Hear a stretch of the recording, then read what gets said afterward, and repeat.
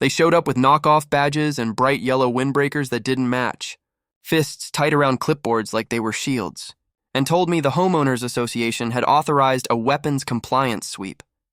They expected fear, confusion, and a quick surrender.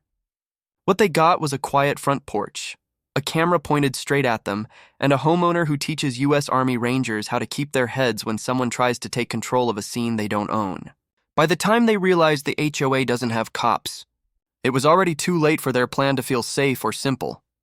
If you like HOA exposés where paper-thin power meets stone-cold common sense, hit that like button and subscribe for more long-form breakdowns of neighborhood drama, scams, and boundary setting done right.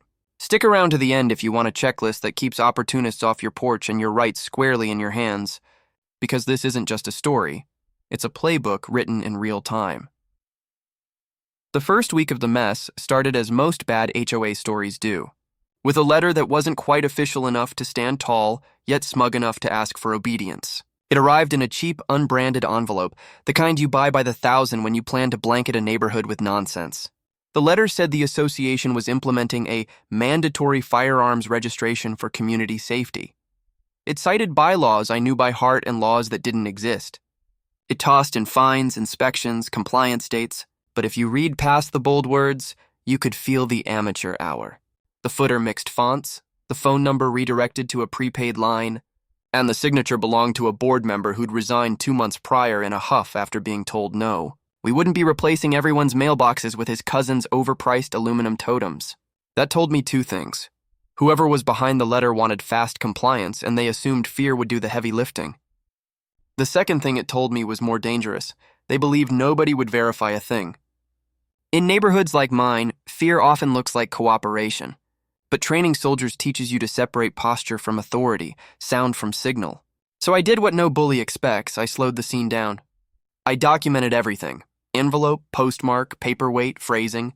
I checked the state code, scanned county ordinances, and pulled our actual bylaws from the governing docs that live on a legitimate server with a URL you wouldn't be embarrassed to put in a court filing. Nothing matched. The board's official email, which is usually slow to answer, replied in under an hour with alarmed clarity. The letter wasn't theirs. That's when the second wave hit. 3 days later, the porch knock came in a cadence built to rush you. Too many beats in too little time. 2 men, mid-30s, clean boots, off-brand tactical pants with knees that hadn't seen real duty, and jackets that screamed catalog, not contract. They held up badges that would melt if you left them on a dashboard. They introduced themselves not with an agency but with a title, HOA Compliance Police. That isn't a thing, not in any county I've lived in, and definitely not in a neighborhood where the largest enforcement power the association holds is a lien for grass above 6 inches. They said they were here for a weapons compliance verification. They expected me to say something, anything, to start their script. But silence is a tactic.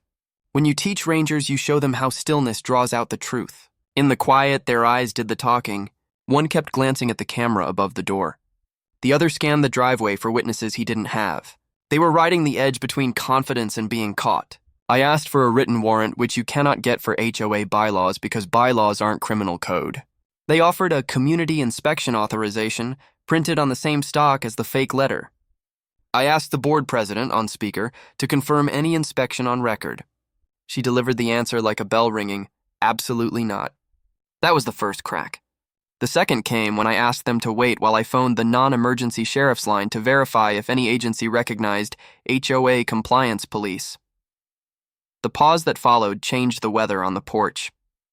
They started retreating into vagueness, a sure tell that authority is make-believe. In training, we call this the moment the adversary realizes their perceived power is a costume. It was time to shift. I announced that the interaction was being recorded, that no consent was given to enter the property, and that any further insistence would be treated as trespass. Their plan had lived on my compliance. Once starved, it withered. They mumbled about returning with paperwork and backed down the steps, the windbreakers billowing like they wanted to fly away.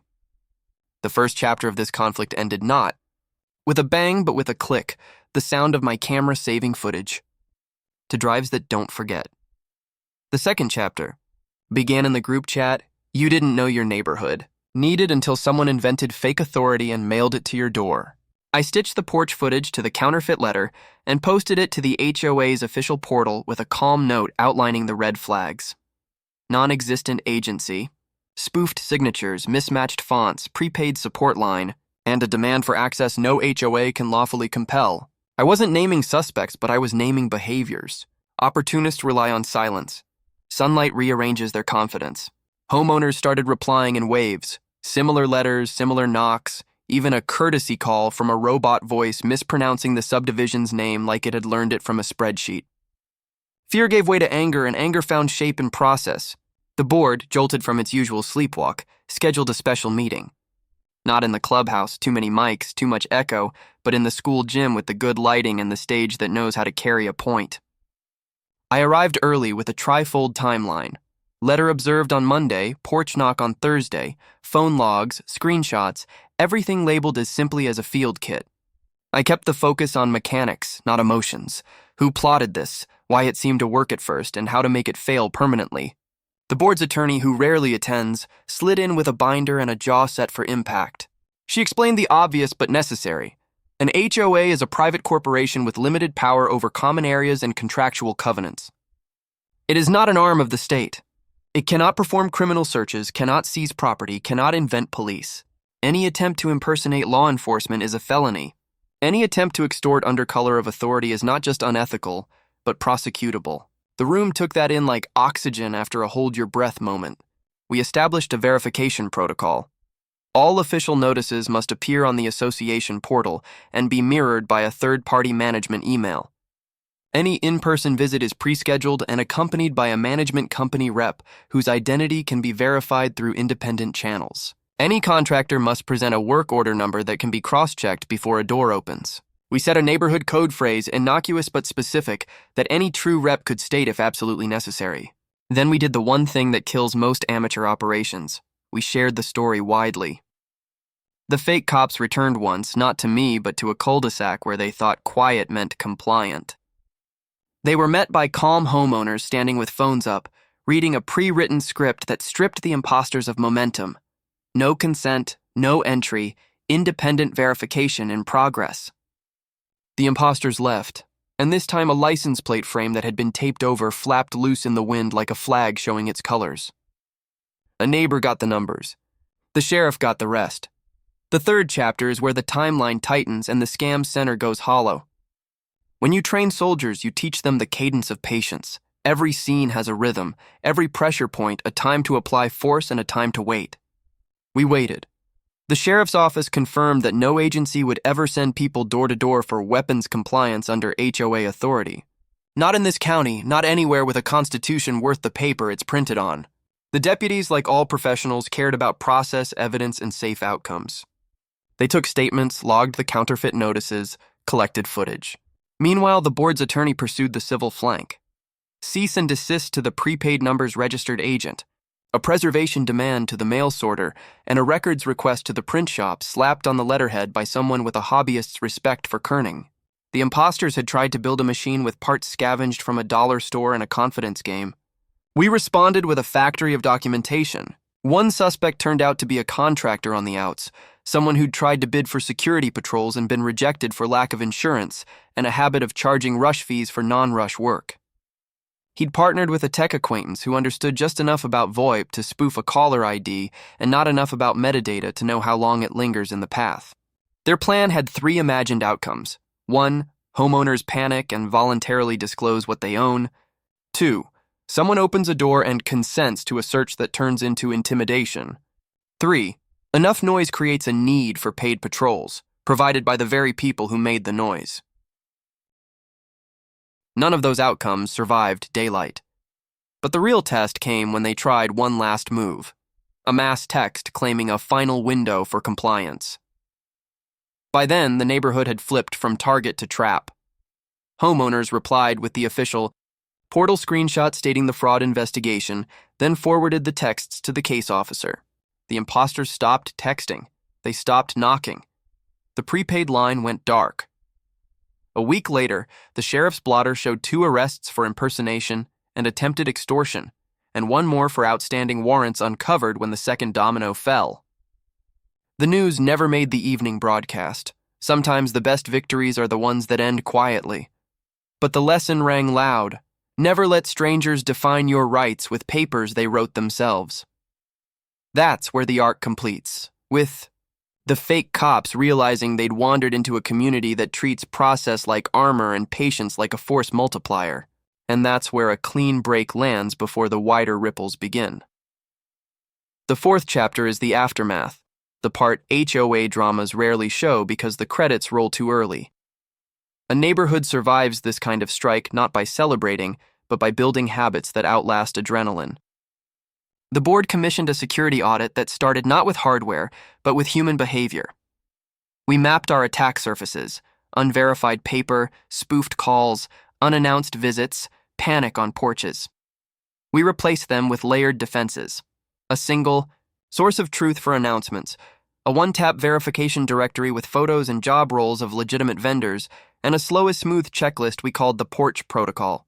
It taught folks how to hold a scene: record, verify, decline entry, escalate to real law enforcement if a crime is attempted.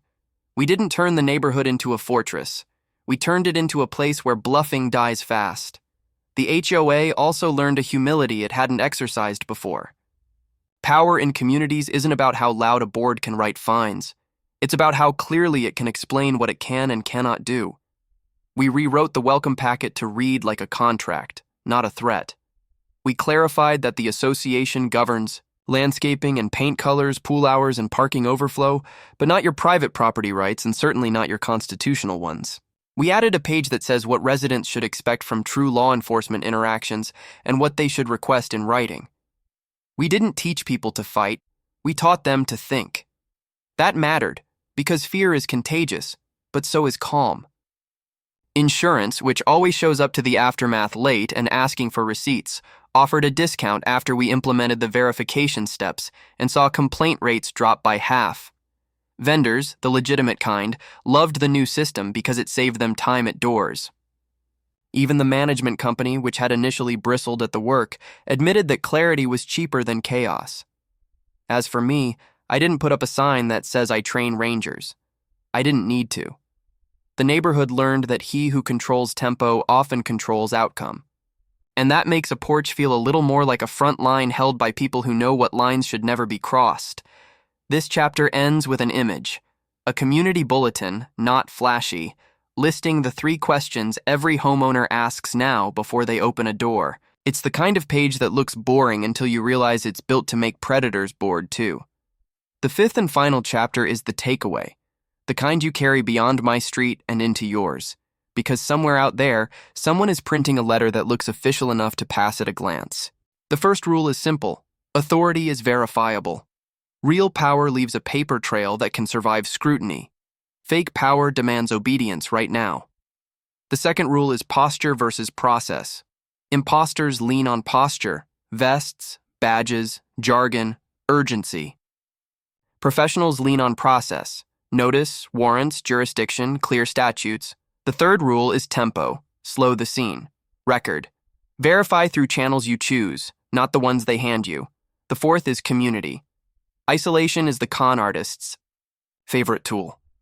Neighbors on the same page are the con's worst environment. The last rule is dignity. You can assert your rights without becoming the thing you're resisting. You can say no without rage, and you can call the real authorities without turning your neighborhood into a stage for performance. In our case, fake HOA cops tried to turn fear into leverage and ignorance into a ladder. They didn't know they were stepping onto a porch that treats calm like a craft and teaching like a duty. They didn't know the person behind the door spends his days telling soldiers that chaos is just another environment to master. And when they finally learned those truths, they learned something else. A community that knows itself doesn't need to be loud to be strong. It just needs to be consistent. That's the ending. Quiet, firm, complete, and also the beginning of a neighborhood that won't fall for the same trick twice. If this breakdown helped you feel safer and sharper when dealing with HOA drama, and doorstep scammers, tap subscribe and hit like so YouTube knows to send you more of these long-form deep dives. Drop a comment if you want the Porch Protocol checklist or if you've got a story you want dissected next. Stay calm, verify everything, and I'll see you on the next one.